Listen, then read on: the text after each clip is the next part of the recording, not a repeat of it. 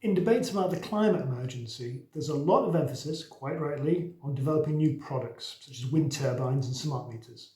There's also a lot of emphasis on new production systems, for example, trying to reduce the energy in making the wind turbines and the smart meters. We forgot really about the producers, the workers who make these things, except when we talk about skills and training. And I think it's very important, if we're going to have a sustainable response to the climate emergency, we need to think about the workers. And we need to think about three things.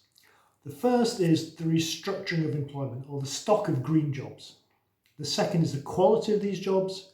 And the third is who has access to these jobs. With respect to the first issue, the restructuring of the economy to have more green jobs.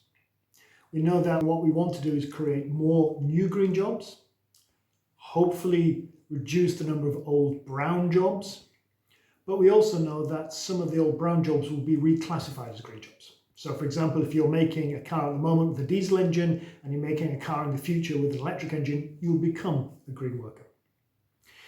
And the UK Prime Minister, back end of last year in November, said that he wanted to create 250,000 new jobs right across the UK that will be green jobs. He also said that they would be good jobs. Analysis from my institute at Warwick, the Institute for Employment Research, shows that about a third or 30% of jobs in Scotland and in England are already green jobs. But that is the broad definition of green jobs. Everything from those people who put in the installation into your homes and public buildings to the lawyers and accountants around them who help make that happen. But what we also know from the analysis is that the number and proportion of green jobs is not picking up.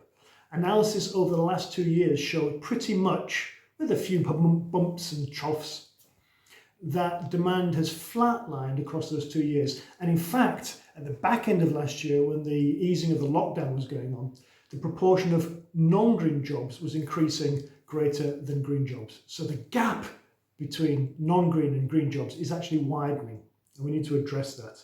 So what we know is that there's a good stock of green jobs already in the economy, but the demand, the number of them, and the proportion of them is not really increasing in the way that we'd like.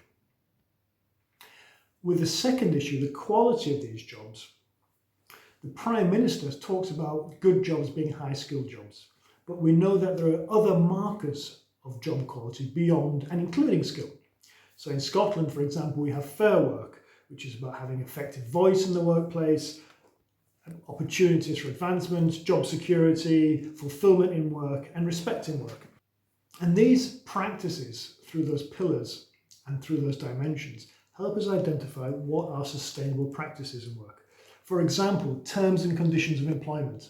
We know that 0 hours contracts mean that workers have unstable work and unstable incomes. And there's evidence that non-standard employment creates health problems, not just in work, but outside work. With paying benefits, it's important that a living wage, a real living wage, is paid to workers, because if we don't, what we're not doing is allowing them to reproduce or regenerate, in academic language, their labour power. And the only way that we can do that is to subsidise employers through tax credits and welfare regimes, which means that we all pay for these jobs.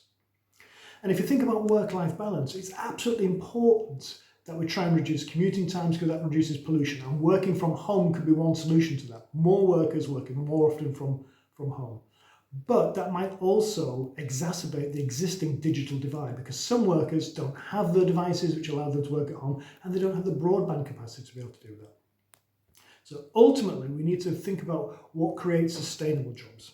And that last point about the digital divide leads us to the third point, which is about who can access these green jobs. The data from my institute shows that there are a range of levels at which there are green jobs. There are those high-skilled green jobs, which the UK Prime Minister talks about, professions, managers and technical workers. But we're also seeing there's lots of jobs at the intermediate skill level. There are people the craft workers and the skilled workers, who make the installation, who make the wind turbines. Likewise, there's lots of assemblers and machine operatives who are lower skilled, who are engaged in the green industries. So there are different levels, which mean that a whole range of workers should be able to access green jobs. And if we're going to have a just transition, it's important that all workers have these opportunities. And that leads to two smaller points. One is allowing these workers, marginalised workers currently, the people who are not engaged in work to be able to get into these jobs. And that means having good labour market information about where new jobs are being created. It also means using that information to identify what training is needed to help them get into these jobs. Scotland is leading the way in this, incidentally, with its new hub, which is create a centre for information on where the green jobs are and disseminating to all the stakeholders. But it also means as well looking at how these workers can stay in these jobs and get on in these jobs. So we need a labour market infrastructure around them. We need to focus on their jobs, and that will help us understand if we've got a just transition to a greener economy, and it will help us make that bridge between thinking about the new products and new processes to the producers, to the workers in the green economy, and that's important.